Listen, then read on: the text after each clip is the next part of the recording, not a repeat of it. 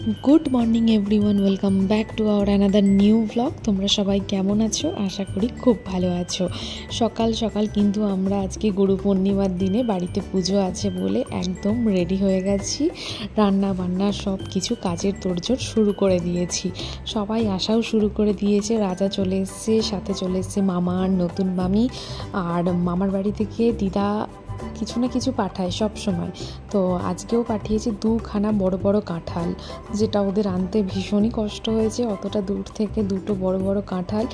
আর আমি বোন সকালবেলা উঠে কিন্তু অনেকটা রান্নার কাজ এগিয়ে রেখেছি।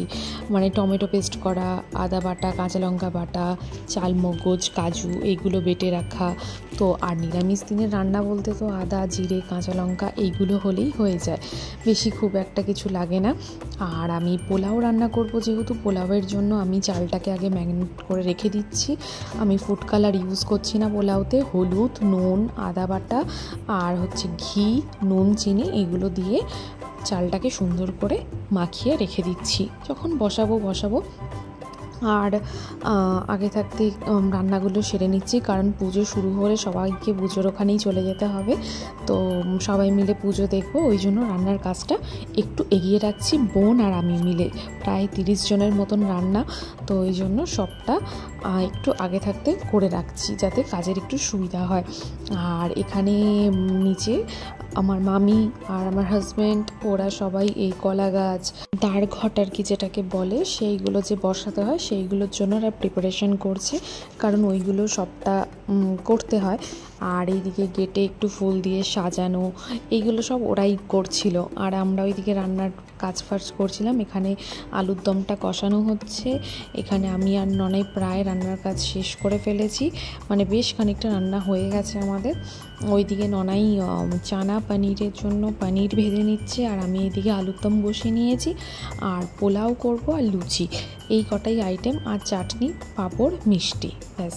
এই পুজোর দিনে এইগুলোই যথেষ্ট।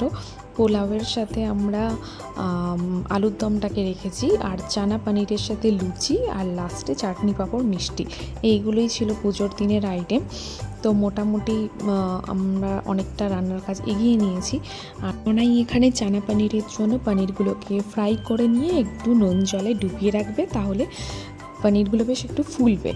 আর এখানে কিন্তু ঠাকুরমশাই এসে গিয়ে কিন্তু প্রথমেই সিন্নিটাকে আগে মেখে নিচ্ছে। আর এই যে সুন্দর করে ঠাকুরঘরটা সাজিয়ে নিয়েছে কিন্তু মা সবটা ঠাকুরের এই দিকটা পুরোটা দেখছে। আর যেহেতু আমরা দুজন ওখানেই রান্নার কাজে বিজি হয়ে গেছিলাম, তো মামি এখানে সবটা ফলগুলো কাটা থেকে আরম্ভ করে সব গোছ কাজ এগুলো কিন্তু সব আমার নতুন মামি করে দিয়েছে খুব সুন্দর করে। আর মা সব ঠাকুরঘরটা গোছানো থেকে আরম্ভ করে ফুল দিয়ে সাজানো সবটা মা জোগাড় করে সুন্দর করে মা আর নতুন মামি মিলে করে নিয়েছে। এখানে কিন্তু পুজো স্টার্টও হয়ে গেছে, আর আমরাও কিন্তু রেডি হয়ে গেছি। আর এখানে ইভানকে দেখো, ওর দুষ্টুমি কম নেই, ও দুষ্টুমি করে যাচ্ছে, খালি বন্দুক নিয়ে একে ঢিস করছে, ওকে ঢিস করছে। আর সিন্নিটার লুকটা দেখো ভীষণ সুন্দর, যেমন দেখতে হয়েছে তেমন কিন্তু সুন্দর খেতেও হয়েছিল। আর সিন্নি আমার মা বলে যে সবসময় সিন্নি ভালোই হয় খেতে, যেহেতু ঠাকুরের নামে বানানো যে কোনো খাবার সবসময় ভালো হয়। আর সেদিনকে গাছে অনেক বেলফুল হয়েছিল, সব ঠাকুরকে তুলে আমরা দিয়েছি। এখানে পুজো শুরু হয়ে গেছে, সবাই এবার অঞ্জলি দেব। আর এখানে রাজা তো সমানে দিদিভাইকে রাগিয়ে যাচ্ছে, কী কারণে আমার মনে নেই আর এই মুহূর্তে। আর এখানে সবাই বসে আমরা অঞ্জলি দিচ্ছি। আর পুজোর দিনকে সবাই মিলে কিন্তু অনেকটা আনন্দ করেছি। আবার অনেক দিন পর সবার সাথে দেখা, সেই জন্য। আর নতুন মামি, মামা, রাজা, দিদিভাই এরা সবাই এলে সত্যি বাড়িটা ভীষণ ভরে ওঠে, আর সত্যি বেশ ভালো লাগে। একসাথে থাকার মজাটাই আলাদা, অনেক দিন পর দেখা হয়, বেশ ভালো লাগে। এখানে অলরেডি তো অঞ্জলি দেওয়া স্টার্ট হয়ে গেছে।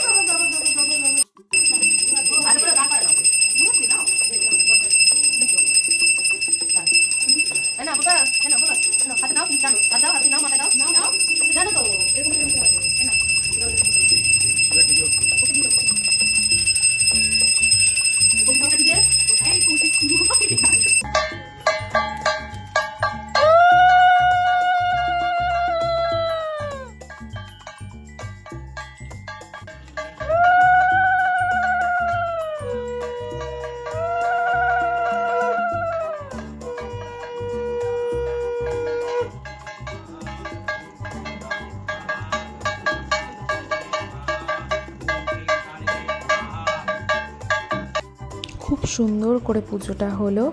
আর হোমটাও কিন্তু বেশ সুন্দর হয়েছে।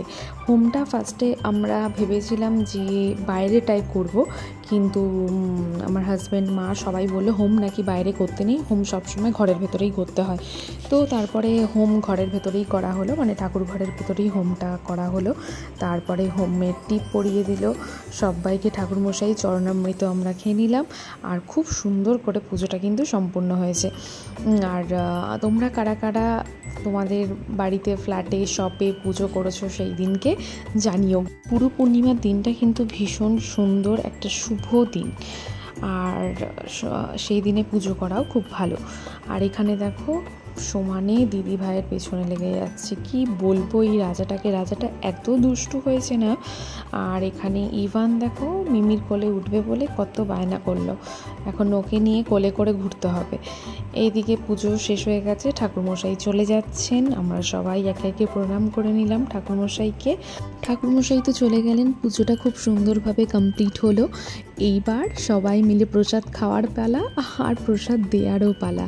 তো সবাই মিলে প্রসাদ খেলাম, প্রসাদ বাড়িতে বাড়িতে গিয়ে দিয়েও এসছি। আর সন্ধেবেলা মা সবাইকে নিমন্ত্রণ করে বলেই এসেছিল 2-3 দিন আগে যে সন্ধেবেলা বাড়িতে আসার জন্য।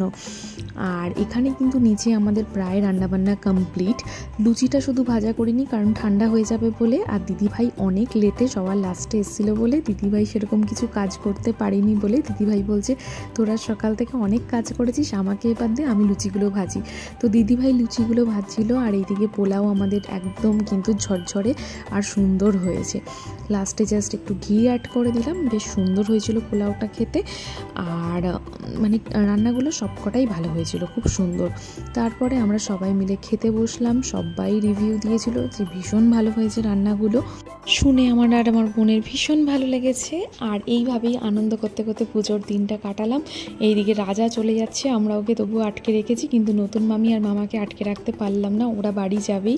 বাট রাজাকে আমি আটকে রেখেছিলাম, রাজা বাড়ি যায়নি, মামা আর মামি চলে গেছিলো। আর ওইদিকে দিদিভাইও বাড়ি চলে গেছিলো, রাজা শুধু ছিল। সবাই মিলে চলে গেলে ভীষণ মন খারাপ হয়।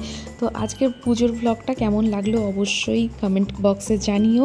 আর সবাই খুব ভালো থেকো, সুস্থ থেকো। আর like, comment, share and subscribe করতে কিন্তু একদম ভুল